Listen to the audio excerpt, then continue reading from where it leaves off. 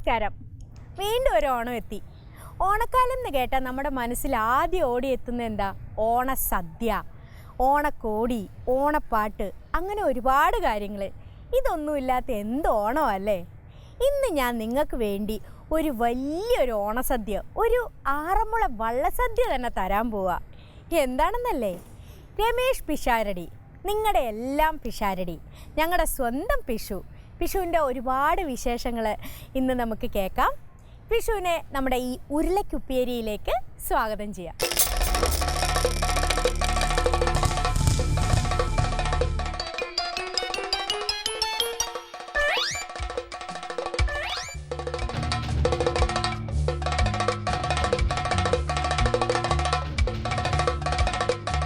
കഴിഞ്ഞ ഓണവും നമ്മളെ കൗമുദിയുടെ കൂടെ ഉണ്ടായിരുന്നു. ഇത്തവണത്തെ ഓണം കൗമുദിയുടെ കൂടെ ഉണ്ട്. എന്ത് തോന്നുന്നു? ഒന്നുമല്ല, കൗമുദി അവിടെ തന്നെ ഉണ്ട്, ഞാനും ഇവിടെ തന്നെ ഉണ്ട്. അപ്പൊ നമ്മളിങ്ങനെ ഓണമല്ലേ, ഇപ്പൊ എല്ലാ ഓണത്തിനും മാവേലി ഉണ്ട്, എല്ലാ ഓണത്തിനും വാമനുണ്ട്, എല്ലാ ഓണത്തിനും പൂക്കളുണ്ട്. ഒരു സാധനം രസമാണെന്ന് തോന്നിയാൽ അത് വീണ്ടും വീണ്ടും ആവർത്തിക്കുക എന്ന് പറയുന്നത് നമ്മുടെ മലയാളിയുടെ ഒരു സ്വഭാവമാണ്. അതിന്റെ രസം പോകുന്നവരെ ചെയ്തുകൊണ്ടിരിക്കും. പിന്നെ ഓണവിശേഷം, ഇത്തവണത്തെ ഓണവിശേഷങ്ങളൊന്ന് പറയാമോ? അങ്ങനെ ഏതെങ്കിലും ഒരു ഓണം വളരെ സ്പെഷ്യലാണ് എന്നൊന്നും തോന്നുന്നില്ല. ഓണം എല്ലാ കൊല്ലവും ഞാൻ ഈ പറഞ്ഞ പോലെ കല്യാണ കാസറ്റ് പോലെയാണ്. ഏത് കല്യാണം എടുത്താലും കുറെ കാര്യങ്ങൾ ഒരുപോലെ തന്നെ, ഓണം ഏകദേശം ഒരുപോലെ തന്നെയാണ്. പിന്നെ നമ്മുടെ ഒരു പ്രോഗ്രാംസും പ്രോഗ്രാം ഉണ്ടാവില്ല. കാരണം ഒരു കമ്മിറ്റിക്കാര് കലണ്ടർ എടുത്ത് വെച്ചിട്ട് അതിലെ ചുവന്ന അക്ഷരങ്ങൾ നോക്കിയിട്ടാണ് അവരുടെ പരിപാടി ഫിക്സ് ചെയ്യുന്നത്. എന്നാണ് ഓണം, അവധിയാണ്, അന്നൊരെണ്ണം വയ്ക്കാം, അതേ സ്വാതന്ത്ര്യദിന അവധിയാണ്, അന്നൊരു പരിപാടി വയ്ക്കാം, ഞായറാഴ്ചകൾ. അപ്പം പൊതുവേ ആഘോഷങ്ങൾ നടക്കുന്ന ദിവസങ്ങളിലൊന്നും നമ്മൾ വീട്ടിലുണ്ടാവില്ല. നമുക്ക് ഓണമൊക്കെ വേറെ ഒരു ദിവസം, ജൂണിൽ ജൂലൈയിലൊക്കെ മഴക്കാലത്ത് പരിപാടി ഇല്ലാത്തപ്പോൾ പൂക്കളിട്ട് ആഘോഷിച്ചു വേണം. തിരുവോണം അത്തം തൊട്ടുള്ള ദിവസം നമ്മൾ ആഘോഷിക്കാൻ നിന്നാൽ കഴിഞ്ഞു പോകും.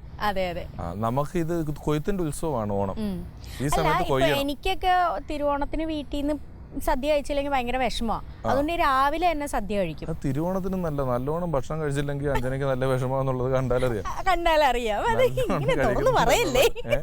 ഇങ്ങനെ തുറന്നു പറയല്ലേ. നമുക്കൊന്നും അങ്ങനെ വലിയ ഫോർമാലിറ്റി ഇന്ന ദിവസം ഇന്നത് കഴിച്ചോളാം, അല്ലെ കാലി ചവിട്ടിയ സോറി എന്ന് പറയാം. അങ്ങനെ ഒരു സെന്റിമെന്റ്സ് ഉണ്ടോ? ഇപ്പൊ വീട്ടില് ഭാര്യയും കുഞ്ഞും ഒക്കെ ആയിട്ട് കഴിക്കണമെന്നില്ല. അതിന് എനിക്കൊരു പ്രത്യേക ദിവസം കഴിക്കണമെന്നില്ല. ഭാര്യയും കുഞ്ഞുമായിട്ടൊരു അവര് വീട്ടിലുണ്ടല്ലോ, എടി ഇന്നൊരു സദ്യ ഉണ്ടാക്കിയെന്ന് പറഞ്ഞാൽ അന്ന് ഉച്ചയ്ക്ക് സദ്യ എന്ന് വേണേലും ഉണ്ടാക്കാമല്ലോ.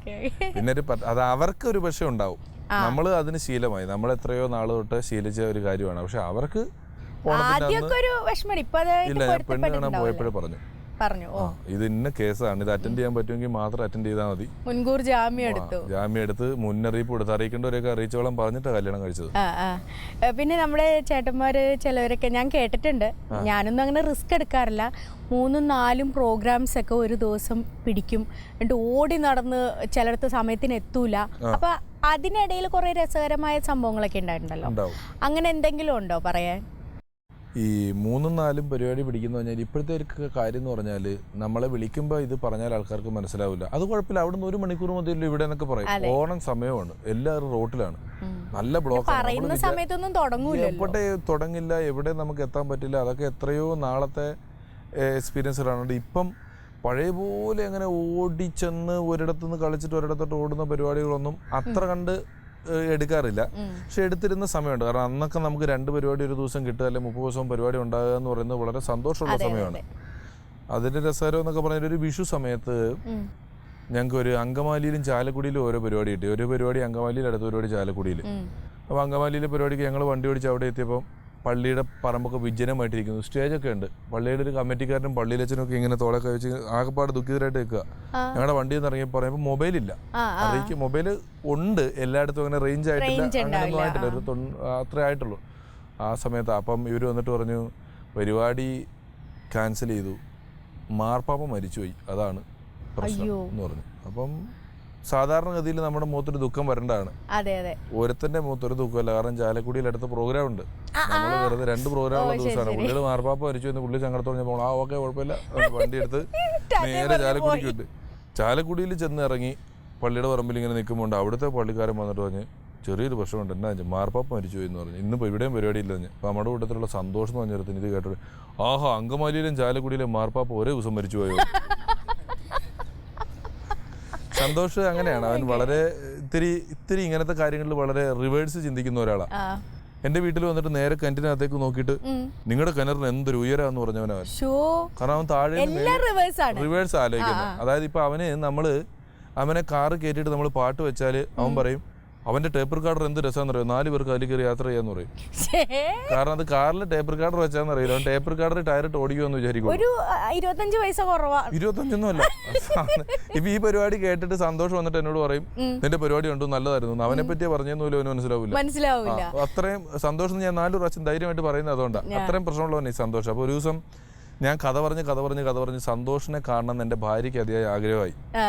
അപ്പൊ കുഞ്ചാക്കോവനെ കാണണോ സന്തോഷിനെ കാണണമെന്ന് ചോദിച്ചാൽ ഭാര്യ സന്തോഷിനെ കണ്ടാൽ മതി എന്ന് പറയുന്ന അവസ്ഥയിൽ അത്രയും സ്റ്റാറായി കഥ കേട്ട്. അപ്പൊ ഞാനൊരു ദിവസം എന്റെ വണ്ടിയിൽ 2 വീലറിൽ ഭാര്യനും പുറകെ ഇരുത്തി പോകുമ്പോൾ സന്തോഷ് റോഡിന്റെ സൈഡിൽ നിൽപ്പുണ്ട്. ഞാൻ ഓടിച്ചെന്ന് വണ്ടി നിർത്തി ഇവിടെ അടുത്ത് നിർത്തി സന്തോഷിന്റെ അടുത്ത് ഞാൻ ഹെൽമെറ്റ് വെച്ചേക്കുന്ന കാരണം സന്തോഷം എന്നെ മനസ്സിലാവില്ല. സന്തോഷ് വളരെ രൂക്ഷമായിട്ട് എന്റെ മുഖത്തോട്ട് ഇങ്ങനെ ഇത് ആരാന്നുള്ള അർത്ഥത്തിൽ നോക്കുന്നുണ്ട്. ഞാൻ കുറച്ച് കഴിഞ്ഞ് സർപ്രൈസ് മാറ്റി ഹെൽമെറ്റ് ഊരി വിടണേ, ഇവൻ നീയായിരുന്നോ ഹെൽമെറ്റ് വെച്ച കാരണം എന്നെ മനസ്സിലായില്ലേ. അതൊക്കെ എന്താണ് എന്റെ സിസ്റ്റം എന്നുള്ളത് ഇതുവരെ മനസ്സിലായിട്ടില്ല. പക്ഷെ അങ്ങനെ ഒരാളുള്ളതുകൊണ്ട് എപ്പോഴും നല്ല ജോളി ആയിരിക്കും അല്ലേ. അവനെ ഇപ്പൊ അധികം കൂട്ടാറില്ല, ഇങ്ങനെ വഴിന്ന് വെച്ച് കണ്ടു കിട്ടിയാൽ അവന്റെ കൂട്ടത്തിൽ പോകും, അത്രേ ഉള്ളൂ. നിങ്ങൾ രണ്ടുപേരും ധർമ്മൻ ചേട്ടനും പിഷു, നിങ്ങൾ രണ്ടുപേരും ധർമ്മു പിഷു ആ ഒരു നമ്മളെ അങ്ങനെയാണല്ലോ വിളിക്കുന്നത്, നിങ്ങളുടെയൊക്കെ പിഷാരടി ചേട്ടനാ, പക്ഷെ നമ്മുടെയൊക്കെ പിഷുവാ അല്ലേ. പിഷു ധർമ്മു ഈ ഒരു കൂട്ടുകെട്ട് അതിന്റെ ഒരു ഇതൊന്ന് പറയാവോ? സത്യം പറയട്ടെ, ഒന്നും തോന്നരുത്, ഇപ്പൊ എല്ലാവർക്കും അസൂയ. എന്തിന്? നിങ്ങൾ രണ്ടുപേരോടും ഭയങ്കര അസൂയ. എന്താ എവിടെ ചെന്ന അവരുള്ള പ്രോഗ്രാം ഒക്കെ പിടിച്ചോണ്ട് പോവുക, ഇങ്ങനെയാ പറയുന്നത്. അങ്ങനെ പിടിക്കുന്നൊന്നുമില്ല, ഞാനും അവനും വളരെ കുറച്ച് ഒന്നിച്ച് പോകുന്നുള്ളൂ, വളരെ കുറവാണ്. പിന്നെ നമ്മൾ തമ്മിൽ വഴക്കിട്ടിട്ടില്ല, അതെന്താന്ന് എനിക്ക് ഇതുവരെ അറിയാൻ പാടില്ല. അതൊരു ഓൾമോസ്റ്റ് 13 വർഷമായിട്ട് വഴക്കിട്ടിട്ടില്ല. ഐക്യൊന്നുമില്ല, എത്ര നേരം തർക്കിച്ചാലും അത് വഴക്കാവില്ല. അതിൻ്റെ എൻഡിൽ നമുക്ക് വീണ്ടും ഒന്നാവാൻ പറ്റുന്നുണ്ടോ എന്നുള്ളതാണ് ഞങ്ങൾ തമ്മിലുള്ള ഒരു കാര്യം.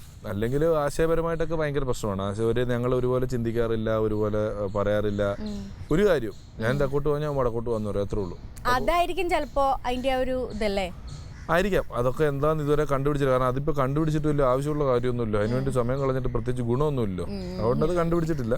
പിന്നെ ഈ പറഞ്ഞ പോലെ ഒന്നിച്ച് നിൽക്കുമ്പോൾ രണ്ടുപേർക്കും ഗുണമുള്ളതുകൊണ്ടായിരിക്കും. അത് ഓട്ടോമാറ്റിക്കലി അപ്പം അങ്ങനെയുള്ള കൂട്ടുകൾ പിരിയില്ലല്ലോ. ഇനിയിപ്പോൾ ഗുണമില്ലാതായാലും പിരിയേണ്ട ആവശ്യമില്ല, ഒന്നിച്ച് നിൽക്കുന്നു, അത്രേ ഉള്ളൂ. പിന്നെ ഓണം ഒക്കെ ആണ് പറഞ്ഞു നന്നായി. ഞാൻ വിഷു എന്ന് പറഞ്ഞ് പൂക്കളിട്ടിരിക്കുവായിരുന്നു ഞങ്ങളെല്ലാവരും. അതെ, ഇതാണ് ഏറ്റവും വലിയ കുഴപ്പം, നമ്മൾ എന്ത് സംസാരിച്ചാലും കൗണ്ടർ കിട്ടും. പിന്നെ ഓണമൊക്കെ ആണെന്ന് ഇത്ര ഷൂട്ട് ചെയ്തിട്ട് ഇതിന്റെ ഇടയിൽ പറഞ്ഞാൽ കൗണ്ടർ പറയാതിരിക്കാൻ പറ്റുമോ? അല്ല, നമ്മുടെ കുട്ടികളൊന്നും ഇങ്ങനെ വെറുതെ ഇങ്ങനെ നോക്കിയിരിക്കുന്നേ, നിങ്ങൾക്കൊന്നും ചോദിക്കാനില്ലേ? ഞാൻ വന്ന ഉടനെ പറയേ ഞങ്ങളുടെ പിഷാരടി ചേട്ടനെ ഒന്ന് കാണണം, എന്നെ ഒന്നും കാണണ്ട അവർക്ക്. ഞാൻ നല്ല പുട്ടിയൊക്കെ അടിച്ചിരുന്നിട്ട് അവര് മൈൻഡൊന്നും ഇല്ല. പിഷാരടി ചേട്ടൻ ആ കാറിൽ വന്നപ്പോ ഹായ് ദേ പിഷാരടി ചേട്ടൻ. അതിപ്പം എനിക്കറിയാൻ പാടില്ല, അതിപ്പോ എന്ത് കാരണം കൊണ്ടാന്ന് അറിയില്ല. ഇപ്പൊ ചില മൃഗശാലയിൽ കുരങ്ങന്റെ കൂടിന് മിനിറ്റിലായിരിക്കും ആൾക്കാർ, സിംഹത്തിന്റെ കൂട്ടിൽ പിള്ളേർ പോവില്ല. അവർക്ക് ഈ കുരങ്ങൻ ചാടുന്നേ മരത്തിൽ കയറുന്നതൊക്കെ കാണാൻ ഭയങ്കര രസമായിരിക്കും. എന്ന് പറയാൻ സിംഹം അല്ലാതാകുന്നില്ലല്ലോ.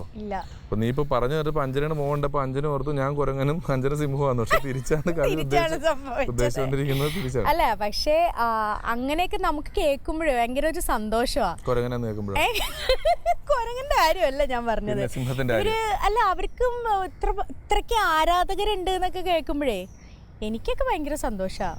അത് പിന്നെ അഞ്ജനക്കൊക്കെ എന്നെ വിലയില്ലാന്ന് പറഞ്ഞു ബാക്കിയുള്ളവർക്ക് വിലയില്ലാന്ന് പറയാൻ വിലയില്ലായികൊന്നുമില്ല, അങ്ങനെയൊന്നും പറയരുത്. എന്താ നമ്മുടെ കുട്ടികൾക്ക് എന്താ ചോദിക്കാനുള്ളത്?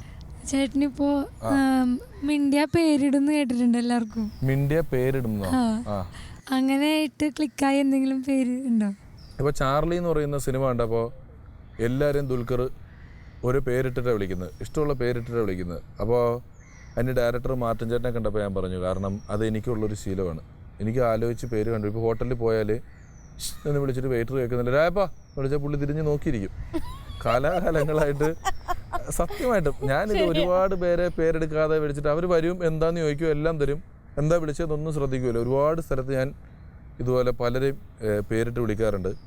അങ്ങനെ പേര് ഒരുപാട്. ഇതിൽ ഇട്ടതിൽ ഏറ്റവും എനിക്ക് തോന്നിയ ഏറ്റവും രസമായിട്ട് തോന്നിയത് എറണാകുളത്തുള്ളൊരു വലിയ തുണിക്കടയിൽ ആണുങ്ങളുടെ സെക്ഷനിലോട്ട് നമ്മൾ ലിഫ്റ്റ് ഇറങ്ങിയ വലതുവശത്ത് ഒരു പ്രതിമേനെ കസേര ഇട്ട് ഇരുത്തിയിട്ടുണ്ട്. അതിന് ഞാൻ വേണു എന്ന് പേരിട്ടു. വേണു. അത് എപ്പോ പോയാലും ഈ പ്രതിമ സീസൺ അനുസരിച്ച് മണ്ഡലകാലമായ കറുത്ത ഷർട്ട് ഇട്ടിരിക്കുന്നതാണ്, ക്രിസ്മസ് ആയ മറ്റേ തൊപ്പി വെച്ചിരിക്കുന്നതാണ്. അപ്പൊ ഞങ്ങൾ എപ്പോഴും പോയി കഴിഞ്ഞാൽ വേണു അവിടെ ഉണ്ടോന്ന് നോക്കിയാൽ വേണു ലിഫ്റ്റിന്റെ വലതുവശത്ത് ലിഫ്റ്റ് ഇറങ്ങാനടുത്ത് തന്നെ അവിടെ തന്നെ ഇരിപ്പുണ്ടാവും. ഇതേ തുണിക്കടയിലാണ് ധർമ്മജൻ ഡ്രസ്സ് മേടിക്കാൻ പോയത്. വേണുള്ള തുണിക്കടയിൽ ധർമ്മജൻ ഡ്രസ്സ് മേടിക്കാൻ പോയിട്ട് ജീൻസ് മേടിച്ചിട്ട് ഈ 3 വശത്തും ചില്ലുള്ള കാരണം ട്രയൽ റൂം അന്നോർത്ത് ലിഫ്റ്റ് കയറിയിട്ട് പാൻറ് ഊരി. അത് ശരിക്കും 3ാമത്തെ നിലയിൽ വന്ന് തുറന്നപ്പോൾ അവിടെ നിൽക്കുന്നു, ഒന്നും ചെയ്യാനില്ല. അത് നേരെ പെണ്ണുങ്ങളുടെ സെഷൻ, 2000 പെണ്ണുങ്ങളുടെ ഇടയിൽ. പിന്നെ ഞെക്കി അടച്ച് മേളി വന്നിട്ട് മുകളിൽ നിന്ന് ചാടി ആത്മഹത്യ ചെയ്യാൻ ശ്രമിച്ചു എന്നുള്ളതാണ് കഥ. ഇപ്പോൾ വിദേശത്തൊക്കെ പ്രോഗ്രാമിന് പോകുമ്പോൾ അവിടെയുള്ള ആൾക്കാർക്ക് നമ്മളോട് പ്രത്യേക ഒരു സ്നേഹമാണല്ലോ, അതിനെക്കുറിച്ച് എന്താ പറയാനുള്ളത്? അത് വിദേശം നമ്മൾ ഒരു 99-98 ഈ ആഗോളവൽക്കരണം വന്നല്ലോ. ആഗോളവൽക്കരണം വന്നോടെ ഏതെങ്കിലും ഒരു രാജ്യത്ത് കിട്ടുന്ന ഒരു സാധനം വേറൊരു രാജ്യത്ത് കിട്ടുന്നില്ല എന്നുള്ള അവസ്ഥ ഇല്ല. ഇപ്പൊ പണ്ട് നാഷണൽ പാനസോണിക്കിന്റെ റേഡിയോ അല്ലെങ്കിൽ ഹിറ്റാച്ചി TV എന്നൊക്കെ പറയുന്നത് ഗൾഫുകാരുടെ വീട്ടിൽ മാത്രമേ ഉള്ളൂ. പല സാധനങ്ങളും അങ്ങനെയുള്ളൂ. പക്ഷെ ഇപ്പം അങ്ങനെയല്ല. ആഗോളവൽക്കരണം വന്നതോടുകൂടി നിങ്ങൾക്ക് ഈ ലോകത്ത് ഏത് ഐഫോണിന്റെ ഏറ്റവും പുതിയ മോഡൽ ഇറങ്ങിയാലും അത് അമേരിക്കയിൽ ഇറങ്ങിയ ദിവസം തന്നെ ഇവിടെ എൻ്റെ ഗ്രാമത്തിൽ അത് മേടിക്കാൻ കിട്ടും. അത്രയും സാധനം കിട്ടും. പക്ഷേ അവിടെ കിട്ടാത്തതായി ബാക്കി കിടക്കുന്ന ഒരേ ഒരു സാധനം കലാകാരന്മാരാണ്. കാരണം കല പ്രൊഡ്യൂസ് ചെയ്യപ്പെടുന്നത് കേരളത്തിൽ നിന്നാണ്. ഇവിടുന്ന് പ്രൊഡ്യൂസ് ചെയ്യപ്പെട്ട് അത് വിദേശത്തുള്ളവർ കാണുകയാണ്. അവിടെ ഇപ്പോൾ വിദേശ രാജ്യത്ത് ഇവിടുന്ന് പോയി ഷൂട്ട് ചെയ്യുന്നതല്ലാതെ ഒരുപാട് കലാസൃഷ്ടികളോ TV പരിപാടികളോ ഒന്നും അവിടുന്ന് പ്രൊഡ്യൂസ് ചെയ്യപ്പെട്ട് വരുന്നില്ലാത്തതുകൊണ്ടാണ് അവർക്ക് ഇത്രയും സ്നേഹം. അവിടെ അവൈലബിൾ അല്ലാത്ത സാധനങ്ങളിൽ ഒന്നാണ് നല്ല കലാപരിപാടി, നല്ല കലാകാരന്മാർ, അവർക്ക് ഒത്തുകൂടാനുള്ള നിമിഷങ്ങൾ എന്നൊക്കെ പറയുന്നത്. അതുകൊണ്ടായിരിക്കും അവർ നമ്മളെ നാട്ടിലുള്ളവരെക്കാൾ കൂടുതൽ സ്നേഹിക്കുകയും കാണാൻ ആഗ്രഹിക്കുകയും ഒക്കെ ചെയ്യുന്നത്. കുട്ടിക്കാലത്തെ ഓണത്തെ കുറിച്ച് എന്തെങ്കിലും? കുട്ടിക്കാലത്ത് അവിടെ വെള്ളൂർ പേപ്പർ കമ്പനിയുടെ വലിയ, കാരണം ഇതുവരെ ഒരു TV-യിലും എൻ്റെ ഓർമ്മ പറഞ്ഞിട്ടില്ലെന്ന് ഞാൻ വിശ്വസിക്കുന്ന ഒരു സത്യസന്ധമായ കഥയാണ്, റെക്കോർഡ് കഥയാണ്. അപ്പോൾ ഓണത്തിന് ഘോഷയാത്രയുണ്ട്. അപ്പോൾ ഘോഷയാത്രയ്ക്ക് ആനയുണ്ട് ബാക്കിൽ. അപ്പൊ 5 മണിയൊക്കെ ആകുമ്പോൾ അവിടുന്ന് ഒരാള് ഫ്ലാഗ് ഓഫ് ചെയ്ത് ഘോഷയാത്ര പുറപ്പെട്ടാൽ ക്വാർട്ടേഴ്സിന്റെ കമ്പനിയുടെ ആൾക്കാരും മറ്റേ ലോറിയിൽ കുറെ ടാബ്ലോ ഉണ്ടാവും, ഫ്രണ്ടിൽ പ്രശ്നവേഷം ഉണ്ടാവും, ബാൻഡ് സെറ്റ്, ചെണ്ടമേളം, താലപ്പൊലി, നല്ല 10,000-2000 പേരുടെ ഘോഷയാത്രയാണ്. അതിന്റെ ഏറ്റവും ബാക്കിൽ ആന. അപ്പോൾ 5 മണിക്ക് ഇത് പുറപ്പെടുന്നതിന് മുമ്പ് നമ്മളൊക്കെ പിള്ളേരെ സെറ്റ് ചെയ്ത് തുടങ്ങാനെടുത്ത് ചെല്ലുമല്ലോ. അതായത് ഇത് ഇവിടുന്ന് കാണും, എന്നിട്ട് ഓടി അടുത്ത ജംഗ്ഷനിൽ ചെന്നിട്ട് വരാൻ പോണ സാധനങ്ങൾ ഇന്നൊക്കെയാന്ന് പറയും, തിരിച്ച് അതിലോട്ട് ഓടി ജോയിൻ ചെയ്യും. അങ്ങനെ തെറ്റിദ്ധരി നടക്കുന്ന സമയം.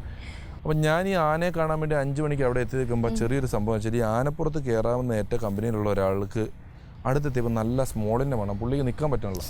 ഈ ആനപ്പാപ്പം പറഞ്ഞ് കള്ളു കുടിച്ച ആളെ ആനപ്പുറത്ത് കയറ്റാൻ പറ്റൂല, ഒരു രക്ഷയില്ല എന്ന് പറഞ്ഞപ്പം ഘോഷയാത്ര തുടങ്ങാറായി. അപ്പോഴാണ് പുള്ളി വെള്ളം. അപ്പോൾ ആരെ കയറ്റാന്ന് പറഞ്ഞ് ഇങ്ങനെ നോക്കിയപ്പോൾ ഞാൻ മുണ്ടെടുത്തോണ്ട് പോയേക്കുക. അപ്പോൾ മുണ്ടെടുത്തവനെ കയറാൻ പറ്റുള്ളൂ, പാൻറ്റിട്ട് കയറിയാൽ തീർന്ന്, ഒരു മുണ്ടൊന്നും പെട്ടെന്ന് കിട്ടല്ല. ഓനെ കയറാവിടാന്ന് ചോദിച്ചു. ഇതിനപ്പുറം അവസരം. അപ്പോൾ ഞാൻ ഈ കയറാവിടാന്നുള്ള ചോദ്യത്തിന് ഒരു 10 സെക്കൻഡ് മുമ്പ് ഞാൻ ഒന്ന് മൂത്രമൊഴിച്ചാലോ എന്നിങ്ങനെ ചിന്തിക്കുന്ന സ്പോട്ടിലാണ് ഈ ചോദ്യം. ഈ അവസരം വേറെ ആർക്കും പോകണ്ടല്ലോ എന്ന് ഓർത്ത് ചാടി ആനപ്പുറത്തോട്ട് കയറി. 5 മണിക്ക് കയറി ആനപ്പുറത്തിരുന്ന് ഈ കൊടി വീശാൻ വരേണ്ട ആള് MLA വരേണ്ടാണ്. പുള്ളി 5-6 ഫംഗ്ഷൻ കഴിഞ്ഞ് പുള്ളി എത്തിയപ്പോൾ തന്നെ 6 മണി, 1 മണിക്കൂർ അങ്ങനെ കയ്യിൽ നിന്ന് പോയി തുടങ്ങി. ഞാൻ പതുക്കെ എന്നാ പാപ്പാനോടൊന്ന് പറഞ്ഞിട്ട് ചേട്ടാ എന്നെ ഒന്ന് ഇറക്കിയാൽ. അപ്പഴത്തേക്ക് ആള് കൂടി. ഇനി ഇറങ്ങിപ്പോയാൽ പുള്ളി എങ്ങോട്ട് ഇറങ്ങിപ്പോണെന്ന് എല്ലാവരും ചോദിക്കും. എന്നാലും കണക്കിട്ടാലും കുഴപ്പമില്ല എന്ന് പറഞ്ഞ് ഞാൻ പതുക്കെ ആനപ്പാപ്പറോട് അതെ ചേട്ടാന്ന് വിളിച്ചപ്പോഴത്തേക്ക് ഒരു പോലീസ് ജീപ്പും കാറും എല്ലാം കൂടെ മറ്റേ പുള്ളി വന്ന് കൊടിയെടുത്തോ പറഞ്ഞൊരു ഒറ്റ വീശും സംഗതി വിട്ടു. അയ്യോ, എനിക്ക് സ്വപ്നം പോലെ ഞാൻ ഇരിക്കുക ആനപ്പുറത്ത്. അപ്പൊ ഞാൻ ഇങ്ങനെ കുറെ പോയി കുറച്ചു നേരം കഴിഞ്ഞ് 7-7:30 ഇരുട്ടായാല് പിന്നെ നമ്മള് എന്തേലും ഇറങ്ങാൻ വഴിയേണ്ട കാര്യങ്ങൾ ഒന്നും രക്ഷിയില്ല. അങ്ങനെ ഏകദേശം ഒരു 8 മണിക്ക് ഒരു 7:45 സമയത്തോടു കൂടി ഞാൻ രണ്ടും കൽപ്പിച്ച് ആനപ്പുറത്ത് തന്നെ മൂത്രമൊഴിച്ചു. അത് വളരെ ചുരുക്കം ചില ആൾക്കാർക്ക് മാത്രം കിട്ടിയിട്ടുണ്ട്. ആനയുടെ പുറത്തിരുന്ന് പനിനീര് തളിച്ചു. അല്ല, ആന ചാക്ക് വിരിച്ചിട്ടുണ്ട്, താഴെ എത്തൂല. ആനക്ക് എന്താന്നില്ല, പക്ഷെ ഗതിമുട്ടിയാൽ നീ അനുഭവിക്കണം. ഇപ്പൊ മണിക്കൂർ പിടിച്ചു നിർത്തിയില്ലേ, എന്റെ കണ്ണിന്ന് അത്ര തന്നെ വെള്ളം വേറെ പോയി. അതായിരുന്നു ക്യാമ്പസ് ലൈഫിലെ ഓണങ്ങൾ എല്ലാവരും ഓർത്തിരിക്കും ജീവിതത്തിൽ എപ്പോഴും. ഇപ്പോൾ ഞങ്ങളുടെ മഹാരാജാസിൽ പറയാനാണെങ്കിൽ 3 ദിവസത്തോളം സെലിബ്രേഷൻസ് ആണ് ഓണത്തെ സംബന്ധിച്ച്. 3 ദിവസം ചെണ്ടോട്ട് കാര്യങ്ങളൊക്കെ ഉണ്ടാവും. അപ്പോൾ ക്യാമ്പസ് ലൈഫിലെ ഓണങ്ങൾ എങ്ങനെയായിരുന്നു, ഓണ സെലിബ്രേഷൻസ്? ഈ എൻ്റെ ക്യാമ്പസ് ലൈഫൊക്കെ നടക്കുമ്പം അത്ര കണ്ട് ഓണാഘോഷങ്ങളില്ല സത്യത്തിൽ. അതായത് ഈ ഓണത്തിനൊരു കുറച്ച് ദിവസം മുമ്പ് അവധി അങ്ങ് തുടങ്ങി ഓണം കഴിയുമ്പോഴേ കോളേജ് തുറക്കുള്ളൂ. അപ്പോൾ ഓണാഘോഷം എന്ന് പറഞ്ഞൊരു ആഘോഷമില്ല. കാരണം ഓണം വീട്ടിലായി ഇപ്പോൾ നമുക്ക് അവധിയാണല്ലോ. അപ്പോൾ ഓണത്തിനും ഒരു 10 ദിവസം മുമ്പേ പ്ലാൻ ചെയ്ത് ഓണം ആഘോഷിക്കുക എന്ന് പറയുന്നത് ഒന്ന് ഇപ്പോൾ ഉള്ള അത്രയും സാമ്പത്തിക പിരിവുകൾ അന്ന് നമുക്ക് ഓണത്തിന് നടത്തിയെടുക്കുക എന്നൊക്കെ പറയുന്നതൊക്കെ ഭയങ്കര പ്രശ്നമാണ്. അതുകൊണ്ട് കോളേജ് കാലത്ത് അത്ര കണ്ട് ഓണം ആഘോഷിച്ചിട്ടില്ല. ഇനി ആഘോഷിച്ച ഓണങ്ങൾ ഉണ്ടായിരുന്നപ്പോഴത്തേക്കൊക്കെ ഞാൻ നല്ല തിരക്കായി ട്രൂപ്പിലൊക്കെ. എനിക്ക് പരിപാടി ഉണ്ടാവും. ഈ ഓണത്തിനൊക്കെ ഒരാഴ്ച അല്ല 1.5 ആഴ്ച മുമ്പ് തുടങ്ങിയാൽ എല്ലാ ദിവസവും സ്റ്റേജ് പരിപാടി ഉണ്ടാകുന്നതുകൊണ്ട് കോളേജിൽ അങ്ങനെ ഓണാഘോഷത്തിലൊന്നും കാര്യമായിട്ട് പങ്കെടുത്തതായിട്ടുള്ളൊരു ഓർമ്മ എനിക്കില്ല. കോളേജിൽ ഓണമൊക്കെ കണക്കായിരുന്നു, കാര്യമായിട്ടില്ലായിരുന്നു. രജനീകാന്തിൻ്റെ പടത്തിൽ മെയിൻ റോള് ഒരു വശത്ത്, മറുവശത്ത് ഭാര്യ ഉണ്ടാക്കിയ ഓണസദ്യയും ഭാര്യയുടെ സ്നേഹവും തിരുവോണ ദിനത്തിൽ ഏത് സെലക്ട് ചെയ്യും? അതായത് ഓണത്തിൻ്റെ അന്ന് രജനീകാന്തിൻ്റെ പടത്തിൻ്റെ ഷൂട്ടിംഗ് വെച്ചേക്കുന്നതാണ് അല്ലേ? ഭാര്യയുടെ ഊണ് സെലക്ട് ചെയ്യും ഉറപ്പായിട്ടും. രജനീകാന്തിൻ്റെ പടത്തിലെ അത് എടുക്കില്ല? അങ്ങനല്ല, ഇത് നടക്കാവുന്ന കാര്യം നമ്മൾ ചിന്തിച്ചാൽ മതിയല്ലോ. ഞാൻ വെറുതെ മറ്റേതൊരു ഉത്തരവായിട്ട് പറഞ്ഞിട്ട് വഴക്കുണ്ടാകണ്ടേ. രജനീകാന്തിന്റെ പടം എന്ന് പറഞ്ഞാൽ എന്തായാലും എന്നെ വിളിക്കാനുള്ള സാധ്യതയില്ല. ഭാര്യയുടെ ഊണെന്ന് പറഞ്ഞാൽ ഇനിയും കുറച്ച് നാൾ ഉറപ്പായിട്ടുള്ള സാധനമാണ്. അല്ലാതെ ഓണത്തിന്റെ മിനിയൊന്നും ഉണ്ടാക്കില്ല. ചില രജനീകാന്തിന്റെ പടത്തിൽ പോയിട്ട് പറയുന്നത് കേൾക്കാൻ വേണ്ടി ഞാനിത് പറയേണ്ട കാര്യമില്ല. അപ്പൊ ഇനി മഹാരാജാസ് കോളേജിൽ നിന്ന് വന്ന കരുത്തരായ കുട്ടികളെല്ലാം കൂടെ നമുക്ക് വേണ്ടി ഒരു ഓണപ്പാട്ട് പാടിത്തരും. അതെ, എത്ര നേരം നമ്മൾ പറഞ്ഞു, അവര് കേട്ടു. ഇനി അവര് പാടുന്നത് ഞങ്ങൾ കേൾക്കാം.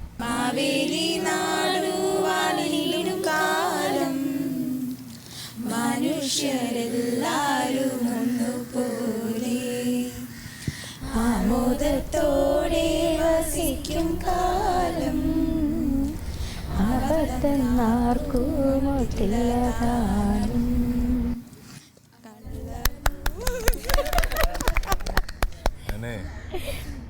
ഇന്ന് ഒരുപാട് ഇത് കണ്ടിട്ടില്ല. ഇത്രയും ശോകമൂകമായ ഒരു മാവേലി നാട് കാണിയിടും കാലം ഞാൻ എൻ്റെ ജീവിതത്തിൽ കേട്ടിട്ടില്ല. ഇത് മ്യൂട്ട് ചെയ്ത് കണ്ടാലും നിങ്ങൾ എവിടെയോ കൂട്ടപ്രാർത്ഥനയാണെന്ന് വിചാരിക്കുള്ളൂ. അതുപോലെ നിങ്ങളെല്ലാവരും പാടിയത്. അദ്ദേഹമൊക്കെ എന്താ പേര്, ബിബിൻ, പോലീസ് ചോദ്യം ചെയ്തിട്ട് മാവേലിയുടെ ഏതോ കേസിന് നിങ്ങൾ സാക്ഷി പറയാൻ തോന്നിപ്പോകും. എങ്ങനെയാടാ മാവേലി വരച്ചോണ്ടിരുന്നത്? മാവേലി നാടുവാനിടുങ്കാലം. ആ മനുഷ്യരൊക്കെ അപ്പൊ എങ്ങനെയായിരുന്നു? മനുഷ്യരെല്ലാരും. ഞാനല്ല സാറേ, ശരിക്കും മാവേലിയാ. എല്ലാ അരന്ത ആ ഫീലിലാണ് പാടിയത്. അത് ഗംഭീരമായി കേട്ടോ. എന്തായാലും താങ്ക് യു വെരി മച്ച്. എന്തായാലും കുട്ടികളുടെ ആഗ്രഹമായിരുന്നു പിഷാരടി ചേട്ടനെ ഒന്ന് കാണണം, കുറച്ചു നേരം സംസാരിക്കണമെന്ന്. അവരുമായിട്ടുള്ള അംഗമെട്ടൊക്കെ കഴിഞ്ഞല്ലോ. അംഗമൊന്നും വെട്ടിയതല്ല, അത് ചെറിയൊരു പരിശീലനം മാത്രം. നമുക്കൊരു അംഗം വെട്ടിയാലോ? ഉറപ്പായിട്ടും വെട്ടാം. പക്ഷെ അക്രമം സ്ത്രീകളോടല്ല വേണ്ടു എന്ന് ആരോ പറഞ്ഞിട്ടുള്ളതുകൊണ്ട് ഞാൻ അത്ര ചെയ്യില്ല. അഞ്ജന വെട്ടിക്കോളൂ, ഞാൻ നിന്ന് കൊള്ളാം. അതിനുവേണ്ടിയാണല്ലോ അഞ്ജന തയ്യാറായിട്ട് വന്നിരിക്കുന്നത്. അങ്ങനെ വലിയ തയ്യാറെടുപ്പൊന്നുമില്ല. ഞാൻ ഈ ഇടയ്ക്ക് ഒരു ഗോസിപ്പ് കേട്ടായിരുന്നു. എന്താണ്? അറുപിശുക്കനാണ്. 5 പൈസ ഒരു കാര്യത്തിനും കൊടുക്കത്തില്ല. അത് മാത്രമല്ല, പിഷുവിനെ ഒന്ന് കാണണമെങ്കിൽ കൈക്കൂലിയൊക്കെ വേണം, കാണിക്ക വെക്കണം, അങ്ങനെയൊക്കെ കേട്ടിട്ടുണ്ട്. അതിൽ എന്തെങ്കിലും ഈ ചോദ്യത്തിന്റെ തുടക്കത്തിൽ തന്നെ അതിനുള്ള ഉത്തരവുണ്ട്. ഞാനൊരു ഗോസിപ്പ് കേട്ടു എന്ന് പറഞ്ഞുകൊണ്ടാണ് അഞ്ജന ഇത് പറഞ്ഞു തുടങ്ങിയിരിക്കുന്നത്. 25 പൈസയുടെ തുട്ട് വരെ ഗവൺമെന്റ് നിരോധിച്ചിട്ട് 4-5 വർഷമായി. അതിന്റെ മേളിലേക്ക് തുട്ടുള്ളൂ. അപ്പൊ 5 പൈസ കൊടുക്കുന്നില്ല എന്നുള്ള പരാതികൾക്കൊന്നും ഇവിടെ പ്രസക്തി വരുന്നതേ ഇല്ല. പിന്നെ കാണാൻ കിട്ടുന്നില്ല എന്നുള്ളത് പറഞ്ഞത് കുറെ പേര് നമ്മുടെ നാട്ടിലില്ല. നമ്മുടെ ജോലി പരിപാടിയാണല്ലോ.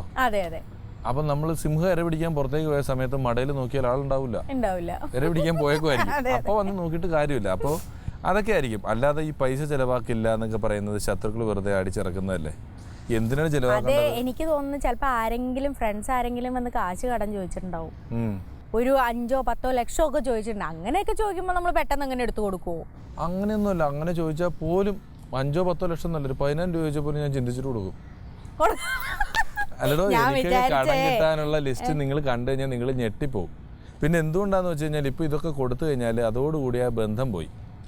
പൈസ പിന്നെ എന്തിനാണ് ഓണം നൽകുന്ന സന്ദേശം? എന്താണ്? പാവപ്പെട്ട ആ വാമനന്റെ വേഷത്തിൽ വന്നിട്ട് എനിക്ക് ഇച്ചിരി 3 അടി മണ്ണും തരുമെന്ന് ചോദിച്ചപ്പോൾ നല്ല മനസ്സുള്ള മാവേലി ഇത് കൊടുക്കാൻ നോക്കിയപ്പോൾ 2 അടി കൊണ്ട് ഭൂമി അതും ഇതൊക്കെ അതിന് 3ാമത്തെ കാലം എവിടെ വെക്കുമെന്ന് വെച്ചിട്ട് തല കാണിച്ചു കൊടുത്തിട്ട് അതുമേ ചവിട്ടി താത്തിയ കഥയാണ് ഓണം തന്നെ.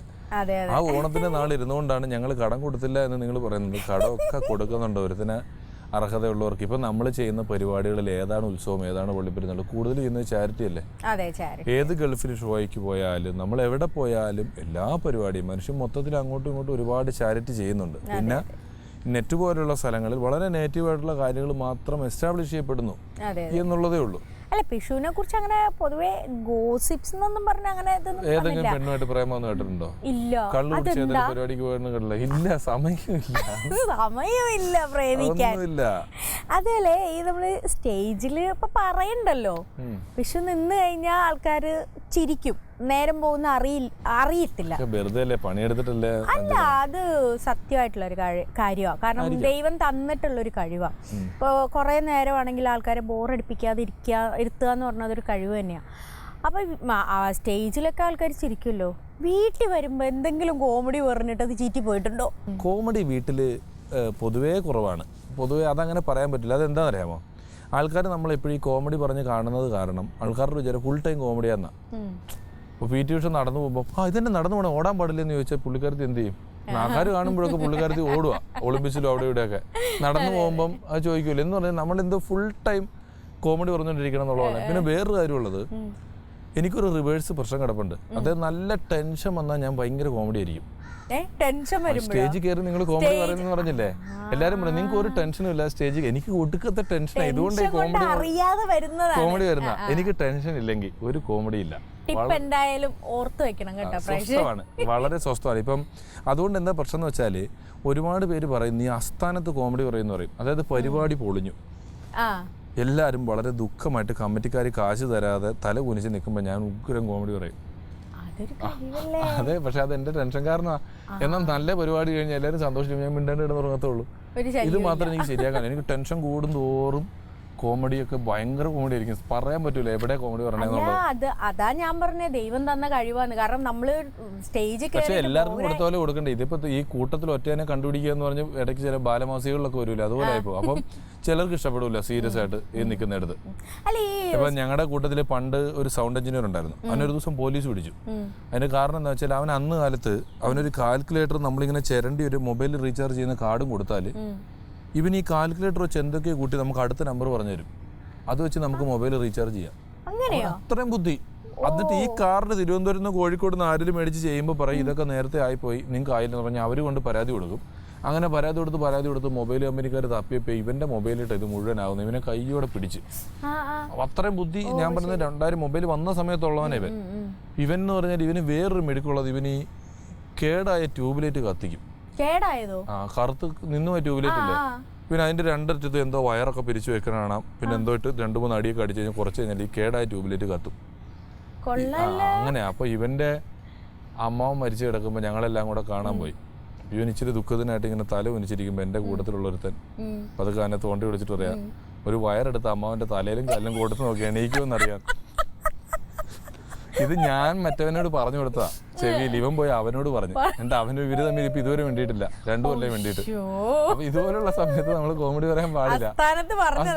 അല്ല, ഞാൻ ബുദ്ധിമാണ്, ഞാൻ ഒച്ചത്തിൽ പറഞ്ഞില്ല, ഞാൻ അവന്റെ ചെവി പറഞ്ഞു. അവൻ ചിരിച്ചിട്ട് ഓടിച്ചെന്ന് അവനോട് നീ ഒരു വയറെടുത്ത് കാലും തലയിലും കൊടുക്കുക. പുള്ളി എന്തോ വലിയ സംഭവം എന്നുള്ള രീതിയിലാണ് ചെന്ന് പറഞ്ഞത്. പക്ഷെ ഇങ്ങനെയൊക്കെ പണി കൊടുത്തതാണല്ലേ. അല്ല, ഞാൻ പറഞ്ഞു എനിക്ക് ദുഃഖം വരുമ്പോ തമാശ പറയും. പിന്നെ ഒരുപാട് വലിയ വലിയ പഴയ ആർട്ടിസ്റ്റുകളെയാണെങ്കിൽ വലിയ വലിയ സെലിബ്രിറ്റികളെയൊക്കെ ഇപ്പൊ ഒരുവിധം പരിചയമായല്ലോ, ഒരു ആത്മബന്ധം ഉണ്ടല്ലോ. എന്ത് തോന്നുന്നു? അതൊരു ഭാഗ്യമല്ലേ. ഇപ്പൊ ഞാൻ പറഞ്ഞു, അതായത് നമ്മൾ ചില വലിയ സ്റ്റേജ് ഷോയ്ക്കൊക്കെ പോകുന്നു. അതിനകത്ത് ഞാൻ ചിത്ര ചേച്ചിയോട് തന്നെ പറഞ്ഞില്ല, ചിത്ര ചേച്ചി അല്ല വേറെ വലിയ വലിയ പാട്ടുകാരൊക്കെ ഉണ്ട്. നമ്മളവിടെ ഗേറ്റിലെത്തുമ്പോൾ ക്യൂ കാണാം, കിലോമീറ്റർ കണക്കിന് ക്യൂ ആണ് ആ ഷോയിൽ. ഷോ എന്ന് കാണാൻ ചേട്ടാ ഒരു ടിക്കറ്റ് തരുമോ, ഒന്ന് കയറാൻ വേണ്ടിയിട്ടാണ് ചേട്ടാ ഒരു സീറ്റ് ഒപ്പിച്ച് തരുമോ എന്നൊക്കെ പറയുന്ന ഷോകളാണ്. ആ ഷോകളിലൊക്കെ നമ്മളെവിടെയാണ്? സ്റ്റേജിന്റെ ബാക്കിലാണ്. നമുക്ക് ഇവരെല്ലാം കാണാം. നമ്മൾ വരുമ്പം വലിയ ഹിന്ദി പാട്ടുകാർ ശ്രേയ ഘോഷാൽ ഇതേ നിൽക്കുന്നു, തമിഴ് നടി ഇതേ നിൽക്കുന്നു, ഷാറൂഖ് ഖാൻ ദേ വരുന്നു.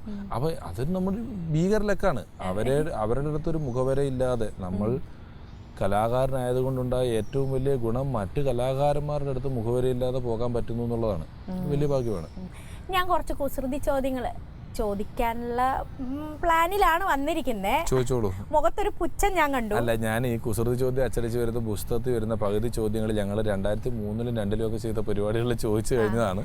അത് ട്രെയിനിൽ നിന്ന് 10 രൂപ കിട്ടുന്ന ബുക്കിൽ നിന്ന് എടുത്തുകൊണ്ട് ചോദ്യമാണെങ്കിൽ അഞ്ജന തോക്കേണ്ടി വരും. അല്ല, എനിക്ക് അതുപോലും അറിയത്തില്ലെന്നുള്ളതാണ് സത്യം. നോക്കാം, നമുക്ക് ചോദിക്കാം. പിഷുവിനോട് ചോദിച്ചുള്ള കുസൃതി ചോദ്യമൊക്കെ എഴുതിയെടുത്ത എനിക്ക് 2-3 ബുക്ക് എടുക്കാം. ഇറക്കാം അല്ലേ?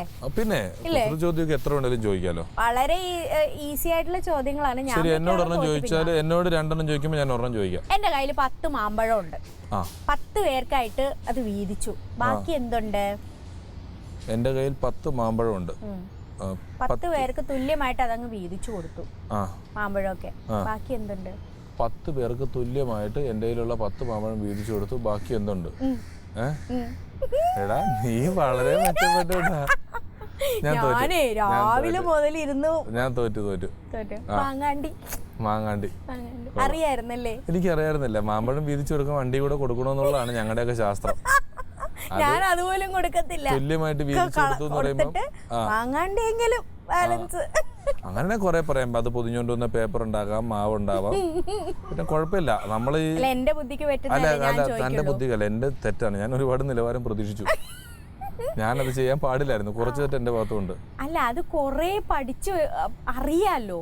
ഓർത്തൊക്കെ എടുക്കേണ്ട കാര്യമൊന്നുമില്ല. കൊറേ ഉണ്ട്. ചോദിച്ചോളൂ. വണ്ടികളിലെ എൽബോർഡ് വെച്ചിരിക്കുന്നത് എന്തുകൊണ്ടാ? എല്ലൊന്നും ഒട്ടിച്ചു വെച്ചിരിക്കുന്നത്? അങ്ങനല്ല, വേറൊരു ചോദ്യം. അത് സ്ഥിരം എല്ലാരും പറയുന്നല്ലേ. ശരി, എന്തുകൊണ്ടാ?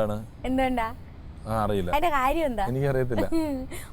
അതായത് ഈ വണ്ടി ഓടി വരികയാണ്, മറ്റുള്ളവർക്ക് അവരവരുടെ എല്ലിന്റെ ആരോഗ്യം നോക്കണം എന്നുണ്ടെങ്കിൽ മാറി നിന്നോ. അതാണ് എല്ലെന്ന് വെച്ചിരിക്കുന്നത്. ശരിയല്ല? അതൊരു നല്ല ഉത്തരവല്ലേ? നല്ല ഉത്തരവും നല്ല ചോദ്യമാണ്. ആണോ? നല്ല. പിന്നെ അപ്പൊ 2 കുഞ്ഞുങ്ങളാണ്. മൂത്ത ആൾക്ക് ഒരാൾ 1.5 വയസ്സല്ലേ ആയിട്ടുള്ളൂ. ഒരാൾ 1.5 വയസ്സ്, ആദ്യത്തെ ആൾ 5 വയസ്സ്. 5 വയസ്സായി. മോൻ എന്തെങ്കിലും കഴിവുകൾ, പാട്ടോ ഡാൻസോ കോമഡിയോ? അച്ഛന്റെ കഴിവ് ഒന്നും പറയാറായിട്ടില്ല. അല്ല, എന്നാലും എന്തെങ്കിലും റിയാക്ഷൻ കഴിവാണോ? വളരുമ്പോ പോകുമെന്ന് പറയാൻ പാടില്ല. എന്തെങ്കിലുമൊക്കെ കാണിക്കുന്നുണ്ടാവും അവിടെ ഇവിടെയൊക്കെ ഇരുന്നിട്ട്. ഇതൊക്കെ കഴിവാണോ? ഇതൊക്കെ എല്ലാ പിള്ളേരും ചെയ്യുന്ന കാര്യങ്ങൾ തന്നെ ഉള്ളൂ. ഭയങ്കര കൂടുതൽ അത്ഭുത സിദ്ധിയൊന്നും ഒന്നിനുമില്ല. ആദ്യമായിട്ട് ഒരു അച്ഛൻ അങ്ങനെ പറയുന്നു. ഒന്നും തോന്നല്ലേ? സാധാരണ എല്ലാരും മക്കള് 1 വയസ്സുള്ള കുട്ടികൾ, 1.5 വയസ്സുള്ള കുട്ടിയൊക്കെ ആണെങ്കിലും അയ്യോ എന്റെ മോൻ എന്തൊക്കെ ചെയ്യും ഭയങ്കര പുകഴ്ത്തി പറയാം. എന്റെ വീടിനടുത്ത് പണ്ടൊരു കൊച്ചുണ്ടായിരുന്നു ഇതുപോലെ. എന്റെ അമ്മ ഭയങ്കര പ്രൊമോഷനാ കൊച്ചിന്. ഈ കൊച്ച് ഇതുപോലൊരു കൊച്ചി ലോകത്തില്ലെന്നൊക്കെ നമുക്ക് തോന്നിപ്പോകുന്ന രീതിയിൽ ആ കൊച്ചിനൊക്കെ ഒന്നും മിണ്ടത്തില്ല. കൊച്ചു വെറുതെ ഇരിക്കുള്ളൂ. അപ്പൊ മൂത്ത കൊച്ചുണ്ട്. മൂത്ത കൊച്ച് അവിടെ റോഡിന്റെ അടുത്ത വീട്. റോഡിന്റെ അവിടെ പിള്ളേരോട് കളിക്കാൻ പോരുതെന്ന് പറയും. അപ്പൊ മൂത്ത കൊച്ച് അവിടെ കളിക്കാൻ പോയിട്ട് തിരിച്ചു വന്നു കഴിഞ്ഞപ്പോ കുറച്ചു നേരം ഈ ഇളയ കൊച്ചു ഒക്കെ തിരുന്നിട്ട് ഒരു ഒച്ച ഉണ്ടാക്കി. നമ്മ ഇങ്ങനെ നോക്കിയിട്ട് ഞാൻ എന്താ? മൂത്തവൻ ഇന്ന് റോഡിന്റെ അവിടെ കളിക്കാൻ പോയത് അച്ഛൻ വരുമ്പോ പറഞ്ഞു കൊടുത്തിട്ട് അടി മേടിച്ചു കൊടുക്കൂന്നാ പറഞ്ഞേന്ന്. ഈ കൊച്ച് ദൂന്ന് പറഞ്ഞത് അതാണ് ഫുൾ പറഞ്ഞ്. അത് കഴിഞ്ഞിട്ട് ഈ അമ്മ വന്നിട്ട് പറയണ ഈ കൊച്ചിന് ഇവനിപ്പോ ഇന്നലെ രാത്രി ഉറങ്ങിയിട്ടില്ല, വേൾഡ് കപ്പ് കണ്ടോണ്ടിരിക്കുവായിരുന്നു ക്രിക്കറ്റ്. അച്ഛന്റെ കൂടെ 3 മണി വരെ വേൾഡ് കപ്പ് കണ്ടോണ്ടിരിക്കും, ഉറങ്ങത്തില്ലെന്നേ. മോനേടാ ഇന്നലെ ജയിച്ച ടീം ഏതാ എന്ന് ചോദിച്ചപ്പോ ഈ കൊച്ചിന് ഇങ്ങനെ ഇരിക്കുക. ഇവനെല്ലാം പറയും ഇന്നലെ ജയിച്ച ടീം ഏതാ. എന്റെ അമ്മ തുടങ്ങി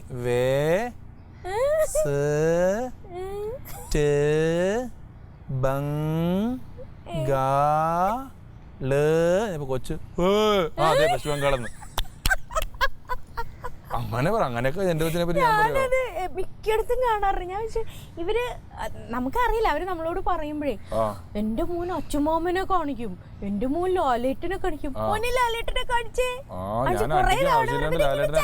അച്ഛനൊക്കെ കാണിച്ച് ഞാൻ കാലിനോട് അടിയും കൂടെ കൊടുക്കും പിള്ളേർക്ക്. ഇങ്ങനെയൊക്കെ ആണ് ഞാൻ കണ്ടിട്ടില്ല. അതിനിടയ്ക്ക് പിഷു വന്നിട്ട് കഴിവാണോന്ന് അറിയില്ല, അവര് ഏതാണ്ടൊക്കെ ചെയ്യുന്നു. ഇതാണ് സത്യമായിട്ടുള്ള സത്യസന്ധമായിട്ടുള്ള അത്ര ഉള്ളതേ. അല്ലാതെ വെറുതെ കൊച്ചിന് പ്രൊമോഷൻ കൊടുത്തിട്ട് എന്താ കാര്യം? പറയാൻ പറ്റില്ല. നാളെ മോൻ ചിലപ്പോ അച്ഛനേക്കാളും അല്ലേ? അതിപ്പോ നമുക്ക് പറയാൻ പറ്റില്ല. അത് നാളെ അല്ലേ? അല്ല അങ്ങനെയല്ലേ. ഇപ്പൊ നാളെ കുഞ്ഞിന് വല്ല ഡാൻസോ പാട്ടോ അങ്ങനെ എന്തെങ്കിലും കലാപരമായിട്ട് ഇപ്പോഴൊക്കെ ഇതിലൊക്കെ ഭയങ്കര കോമ്പറ്റീഷൻ ആണ്. എന്റെ കൊച്ചല്ലേ, ഇവൻ എത്ര ചാടുമെന്ന് എനിക്കറിയാലോ. അതൊന്നും ഞാൻ മനസ്സിലാക്കണ്ടേ? ശരിയാ. അപ്പൊ അവനൊക്കെ ഡാൻസ് ഒക്കെ കളിച്ച ഇത്രയൊക്കെ തന്നെ ഉണ്ടാവുള്ളൂ. ഭയങ്കര ഡാൻസ് ഒന്നും കളിക്കാമെന്ന് എനിക്ക് തോന്നുന്നില്ല എന്തായാലും. ഈ ഫ്രണ്ട്സിന്റെ കൂടെ കറങ്ങാൻ പോക്ക് അങ്ങനത്തെ കാര്യങ്ങളൊക്കെ കുറവാണ്, വളരെ കുറവാണ്. എനിക്ക് കറങ്ങാൻ പോക്കൊക്കെ വലിയ പ്രശ്നമാണ്. യാത്ര ഇഷ്ടമാണോ ഫാമിലി ആയിട്ട്? എനിക്ക് ദൂരം പോണത് ഇഷ്ടമല്ല. എനിക്ക് ചെറിയ സ്ഥലങ്ങൾ. പിന്നെ എൻ്റെയും ഫാമിലിയുടെ ഇഷ്ടാനിഷ്ടങ്ങൾക്ക് വ്യത്യാസമുണ്ട്. എനിക്ക് ചരിത്രം ഇഷ്ടമുള്ള ആളാണ് ഞാൻ. ഹിസ്റ്ററി ഉള്ള സ്ഥലത്തേക്കും അവർക്ക് ഈ ഊർന്നു തന്നെ സാധനം എന്നൊക്കെ പറയില്ലേ, ആ. മേളിൽ പോയിട്ട് ഞാൻ അതിലൊന്നും കാശ് ഇങ്ങോട്ട് തരാന്ന് പറഞ്ഞാൽ കയറൂല. മറ്റേ അമ്യൂസ്മെന്റ് പാർക്ക് വെള്ളത്തിൽ കാശ് അങ്ങോട്ട് കൊടുത്തിട്ട് ഊർന്ന് മേളിൽ നിന്ന് കൈ ജീവൻ ദൈവമേ കാത്തോണേന്ന് പറഞ്ഞിട്ട് ചാടുക. ഇതിലെന്താ രസമെന്ന് എനിക്ക് മനസ്സിലായിട്ടില്ല. എനിക്ക് വല്ല പാട്ട് കേൾക്കുക, അല്ലെങ്കിൽ സുകുമാര കലകൾ, അല്ലാതെ ത്രില്ല് ആസ്വദിക്കുക, ഊർന്നു വരിക, ചാടി പിടിക്കുക. ആരോഗ്യം അല്ലേ രണ്ട് കാര്യമാണ്. നയാഗ്ര വെള്ളച്ചാട്ടത്തിന് കുറുകെ ഒരു നൂല് കെട്ടിയിട്ട് അതിൽ നടക്കുക എന്ന് പറയുന്നത് ഒരു കഴിവാണ്. അത് ചെയ്യാതിരിക്കുക എന്ന് പറയുന്നത് ബുദ്ധിയാണ്. കഴിവുള്ളവൻ ചെയ്യട്ടെ, ബുദ്ധിയുള്ളവൻ അത് ചെയ്യാതിരിക്കുക. അപ്പൊ വെറുതെ എന്തിനാണ് ഈ ഊർന്നു വരാനൊക്കെ പോകുന്നത്? അപ്പൊ അവരുടെ കുടുംബത്തിനൊക്കെ താല്പര്യം അങ്ങനെയുള്ള താല്പര്യങ്ങളാണ്. ഇപ്പൊ ഇടയ്ക്കൊക്കെ പുറത്തു പോകും, പിന്നെ വല്ല സിനിമയ്ക്ക് പോക്ക്, അത്രയൊക്കെ തന്നെ ഉള്ളൂ. നമ്മള് മലയാളികളുടെ ഇടയിൽ കേരളത്തിന് പുറത്താണെങ്കിലും ഇന്ത്യയുടെ പുറത്താണെങ്കിലും എല്ലാം ഒരുപാട് ഇപ്പൊ ആരാധകരുണ്ട്. വിഷുവിന് ഭയങ്കര ഇഷ്ടമാണ് എല്ലാവർക്കും. തമിഴില് അങ്ങനെ വല്ല ഓഫേഴ്സ് എന്തെങ്കിലും വന്നിട്ടുണ്ടോ? വന്നു കഴിഞ്ഞാൽ സ്വീകരിക്കും? തമിഴോ? ഇപ്പൊ ഹിന്ദി അറിയാലോ? തമിഴിൽ ഹിന്ദി അറിയാം, തമിഴൊക്കെ അത്യാവശ്യം അറിയാം. തമിഴിൽ എന്ന് പറഞ്ഞാല് ഞങ്ങൾ ജയറാമേട്ടനടുത്ത് അഭിനയിച്ച 1-2 പടങ്ങൾ ഡബ് ചെയ്തിട്ട്, ജയറാമേട്ടന് തമിഴ്നാട്ടുകാർക്ക് നല്ലോണം അറിയാവുന്ന തമിഴിലൊക്കെ ഡബ് ചെയ്ത് വരും. അങ്ങനെ തമിഴ്നാട്ടിൽ ഡബ് ചെയ്ത് വന്നത് കണ്ടിട്ട് എന്നെ ഒരിക്കൽ ഒരു തമിഴ് പടത്തിന് വിളിച്ചിട്ടുണ്ട്. പക്ഷെ ഈ തമിഴ് പടക്കാരൻ പറഞ്ഞ എല്ലാ ദിവസവും എനിക്ക് പരിപാടി ഉണ്ടായിരുന്നു. എല്ലാ ദിവസവും പരിപാടി ഉള്ളതുകൊണ്ട് അത് ചെയ്യാൻ പറ്റില്ല. അങ്ങനെ ഒരു തമിഴ് പടത്തിന് എനിക്ക് വിളിച്ചതല്ലാതെ വേറെ അങ്ങനെ തമിഴ് പരിപാടി തമിഴൊന്നുമായിട്ട് വല്ല ബന്ധമൊന്നുമില്ല. ഹിന്ദിയിൽ താല്പര്യമുണ്ടോ? ഹിന്ദി ഉഗ്രനല്ലേ ഹിന്ദിയിലൊക്കെ. പക്ഷേ ഹിന്ദിയിലൊക്കെ നമ്മൾ താല്പര്യമുണ്ട് വർത്താനം പറയാം. അത് താല്പര്യമുള്ള നമുക്ക് ഇവിടെയുള്ള പണിക്ക് വന്ന ബംഗാളി സുഹൃത്തുക്കളോട് വർത്താനം പറയാന്നല്ലാതെ അമിതാഭ് ബച്ചനുമായിട്ട് മിണ്ടാൻ അതൊന്നും പറയാൻ പറ്റില്ല. നമ്മുടെ ടൈം എങ്ങനെ ഇപ്പൊ ദൈവം കണ്ണ് കൂടുതൽ തുറക്കുന്നൊന്നും നമുക്ക് പറയാൻ പറ്റില്ലല്ലോ. അത് വരുന്നിടത്ത് വെച്ച് കാണാം. ഞാൻ പറഞ്ഞില്ലേ, ഇത് നാളെ ഇന്ന പോലെ ആവും, ഇങ്ങനെ ആവണമെന്ന് നമ്മൾ വിചാരിച്ചൊന്നും ജീവിക്കാൻ പറ്റില്ല. ഇന്ന് ഹാപ്പിയാണ്, അത്രേ ഉള്ളൂ. ആണ് എൻ്റെ ഏറ്റവും ഹൈലൈറ്റ്. അഞ്ജന ഹാപ്പി അല്ലേ? ഞാൻ ഹാപ്പിയാണ്. കണ്ടോ, അഞ്ജനയെ പോലെ ഹാപ്പിയുള്ള ആൾക്കാരോട് വർത്തമാനം പറയാൻ പറ്റുന്നതാണ് നമ്മുടെ ഏറ്റവും വലിയ ഹാപ്പി. നമ്മള് ഇപ്പൊ ദൈവം നമുക്ക് ഇങ്ങനെ ഒരു കഴിവ് തന്നിട്ടുണ്ട്, നമുക്ക് ഇങ്ങനെയൊക്കെ ഇരിക്കാൻ പറ്റുന്നു. നാലാളെ എവിടെ ചെന്നാലും 10 പേരിൽ ഒരാളെങ്കിലും നമ്മൾ തിരിച്ചറിയുന്നില്ലേ? അതൊക്കെ ഒരു ഭാഗ്യം. തിരിച്ചറിയുന്നതിൽ എൻ്റെ ഏറ്റവും വലിയ അത്ഭുതം, ഞാൻ കോളേജിൽ പഠിക്കുമ്പോൾ എൻ്റെ കൂടെ ഒരുത്തൻ പഠിക്കുന്നുണ്ട്. അവൻ എന്നെ രമേശ് എന്ന് വിളിച്ച് എല്ലാം വിളിക്കും. എന്നെ കണ്ട് ഞാൻ സുരേഷേ, സോമേഷേ, സന്തോഷേ, രാകേഷേ എന്ത് വിളിച്ചാലും രമേശ് എന്ന് വിളിക്കൂല. അയ്യോ, അതെന്താ? എനിക്കറിയാൻ പാടില്ല. ഇവൻ ബാക്കി എല്ലാ പേരും എന്നെ വിളിക്കും. ഒരു ദിവസം ഞാൻ ബസ്സിന്റെ ബാക്ക് ഡോറിൽ ഇങ്ങനെ തൂങ്ങി കിടക്കുമ്പോൾ ഇവൻ ഫ്രണ്ടിൽ പെണ്ണുങ്ങളുടെ അവിടെ നിൽക്കുക. അവിടെ നിന്ന് ഇങ്ങനെ നോക്കിയിട്ട് എടാ രമേശേ എന്നൊരു വിളി വിളിച്ചു. എനിക്കങ്ങ് സന്തോഷം. ഇവൻ ജീവിതത്തിൽ ആദ്യമായിട്ട് എന്റെ ശരിക്കും പേര് വിളിച്ചല്ലോ. എന്താടാ വിളി കേട്ടപ്പോ അവൻ 10ാം ക്ലാസ് 2ാമത് എഴുതിയിട്ട് കിട്ടിയായിരുന്നു എന്ന്.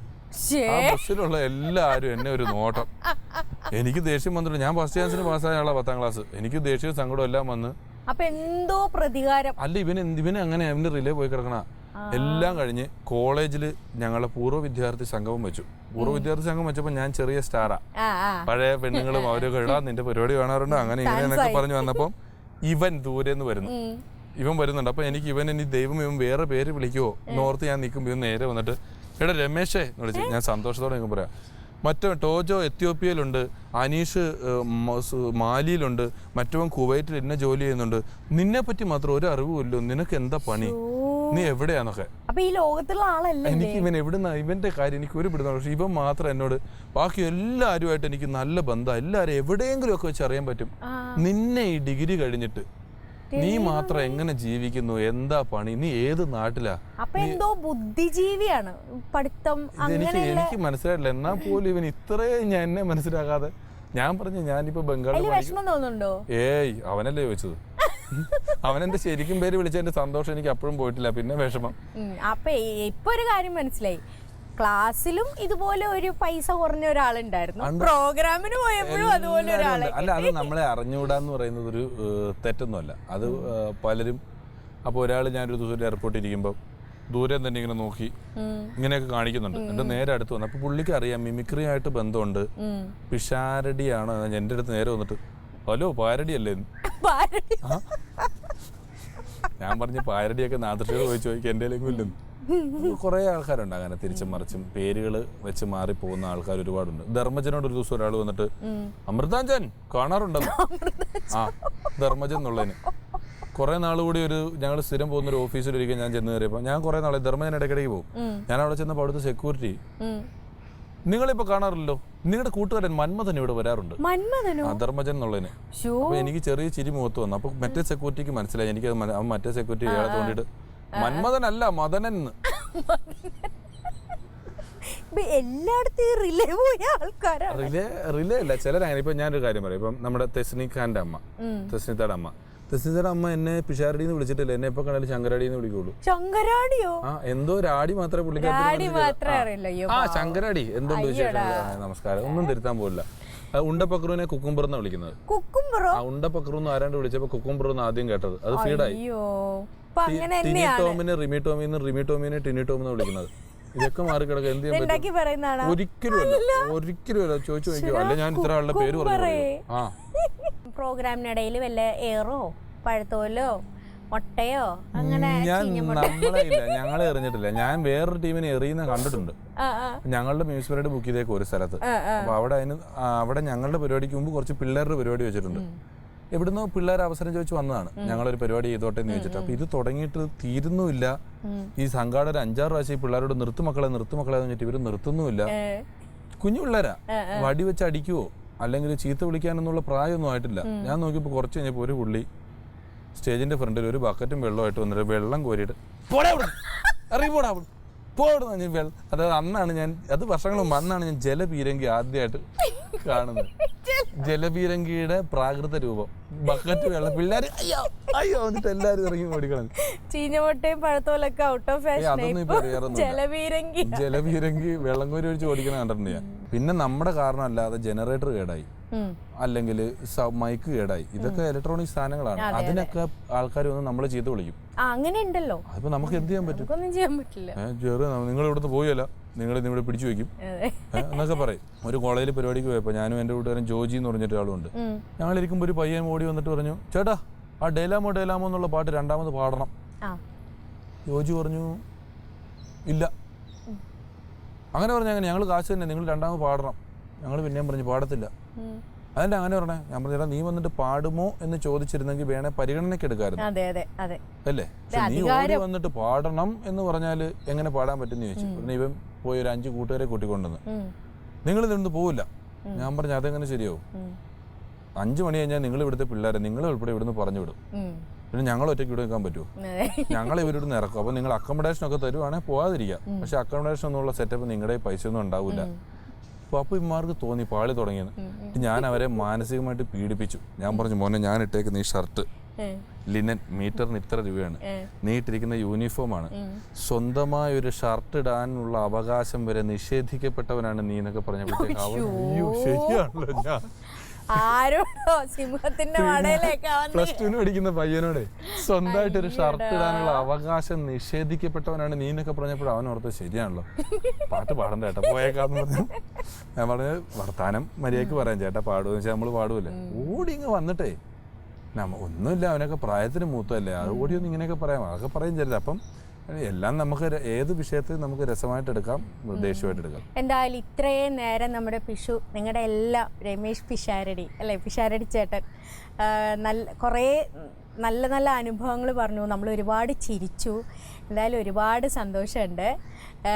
എല്ലാവിധ ആശംസകളും. ഇനി ഒരുപാട് സിനിമകളും ഹിന്ദിയാണ് നോട്ടം.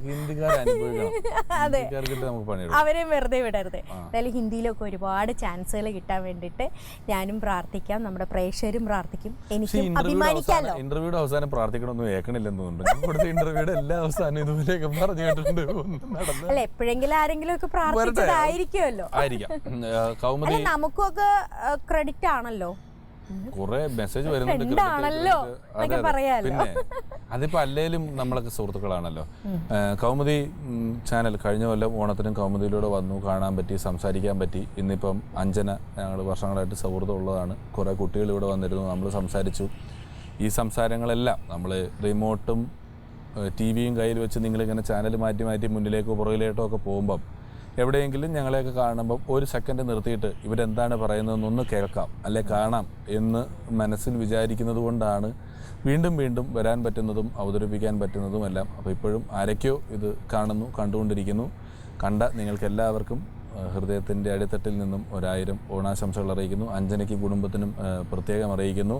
വീണ്ടും ഇതുപോലെയുള്ള പരിപാടികളിലൂടെയോ വേദികളിലോ അല്ലാതെ എവിടെന്നെങ്കിലുമൊക്കെ നേരിട്ട് കാണാം എന്ന ശുഭപ്രതീക്ഷയോടെ എല്ലാവർക്കും ഓണാശംസകൾ.